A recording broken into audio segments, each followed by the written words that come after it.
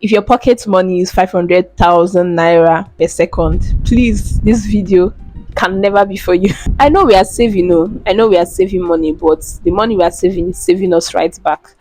It's not our fault. The economy is so bad. If your pocket money or if your income doesn't last anymore, I think I can understand you very well when you say that, because I am there. It's not even I've been there before.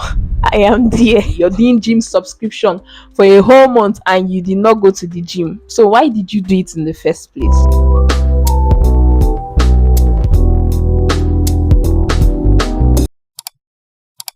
Hi, people. You're welcome once again to my YouTube channel, Staying with Eve. And I'm so glad to have you back here with me.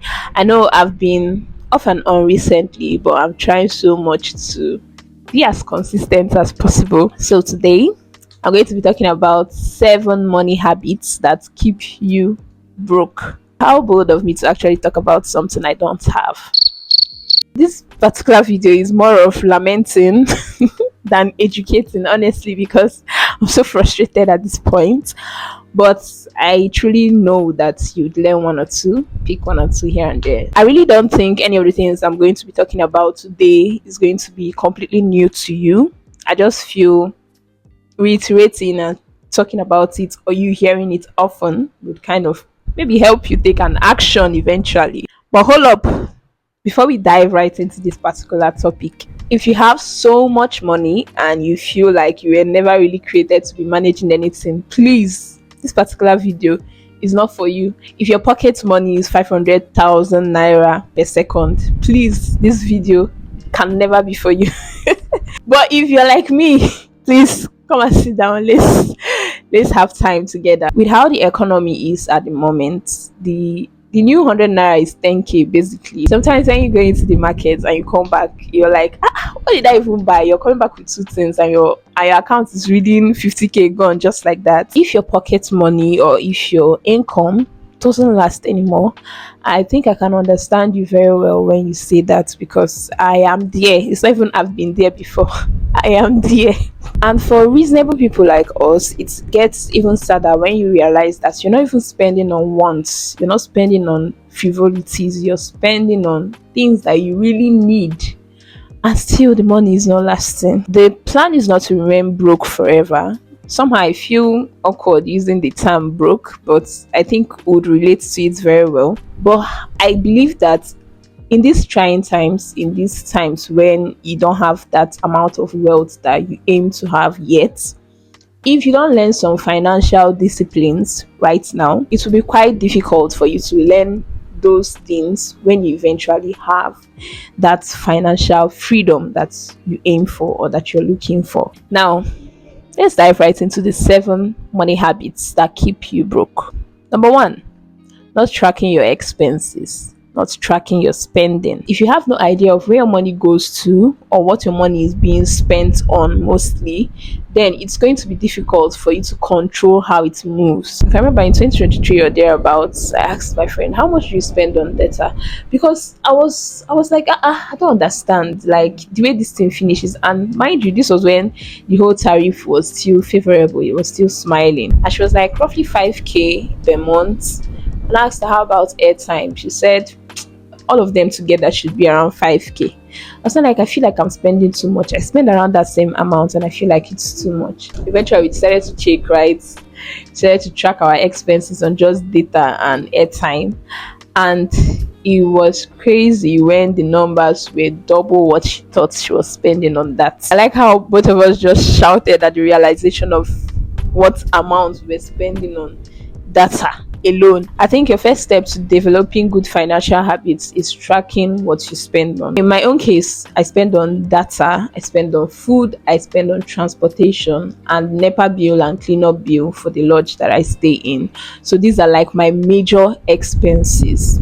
Now imagine I don't account for these major expenses or I don't prepare for them ahead of time, then I'm going to be cooked for that particular month. Now number 2 is where I'm trapped. Number 2 is something that has me on chokehold. I think I've started working on it too, and I'm seeing little progress here and there. Number 2 is ignoring the small leaks. Because these are small leaks, they are very difficult to notice right? They are not, you won't really count it as much until eventually they sap you out. Now, imagine if you have a broken pipe at home and then you come to the pipe and you notice that it's leaking water, but the water it's leaking is not so big, right? And you neglect it and refuse to repair it. Eventually, even though it's going to take a longer while, you'll find out that there is no water left in the tank because they've all leaked out slowly from that small leak. In my own case, let me show you what my own small leak is. You see these biscuits? I don't know if it's McVitie's. I be McVites. I call it McVites, but my friend said it's not McVites. This biscuit is particularly a weapon fashioned against my life. I think I started having this biscuit this year. I'll just come to the shop maybe when I'm coming back from school and I'll just buy three. I don't buy less than three. Most of the time, the excuse is that I want to sweeten my mouth or I want to use it to read and all of that. But then I keep buying it. And one time I just had to pause and be like, you're spending so much on this particular biscuit. So I began to calculate. In a week, I'm spending close to 2K on this thing you see here, like basically on this thing. When I did that calculation, I was like, no, this is so bad. Now in recent times I've noticed an improvement. I stopped really spending so much on this biscuit because I was able to track that this is a small leak, right? Another thing too is Tom Tom.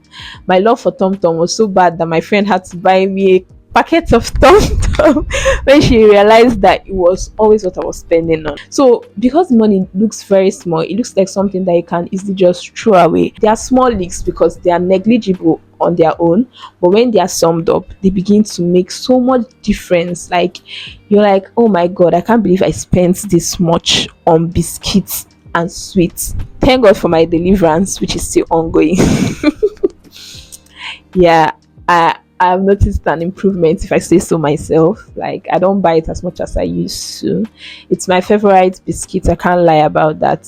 I'm not saying it's bad to snack or anything, but it becomes a problem if it becomes a habit, something you can't do without. For most people, snacking is one of the quickest way to spend money without really realizing it, and at the end of the day, you've spent so much more than you planned to spend. For some other people, it's all these small subscriptions like Netflix subscriptions, Spotify, Boomplay, YouTube, and all of that.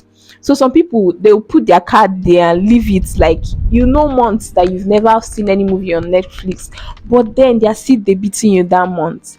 I know as I'm saying this thing might be sounding like a poor man mentality or poor man mindset. That's why this video is tailored to a particular group of people, right? And even at that, even if you have so much money, it's still not wise to spend on things that you do not use. You're doing gym subscription for a whole month and you did not go to the gym, so why did you do it in the first place? Now this is a disclaimer. I'm not in support of being stingy to yourself, like it's so bad that you cannot even get anything for yourself and all.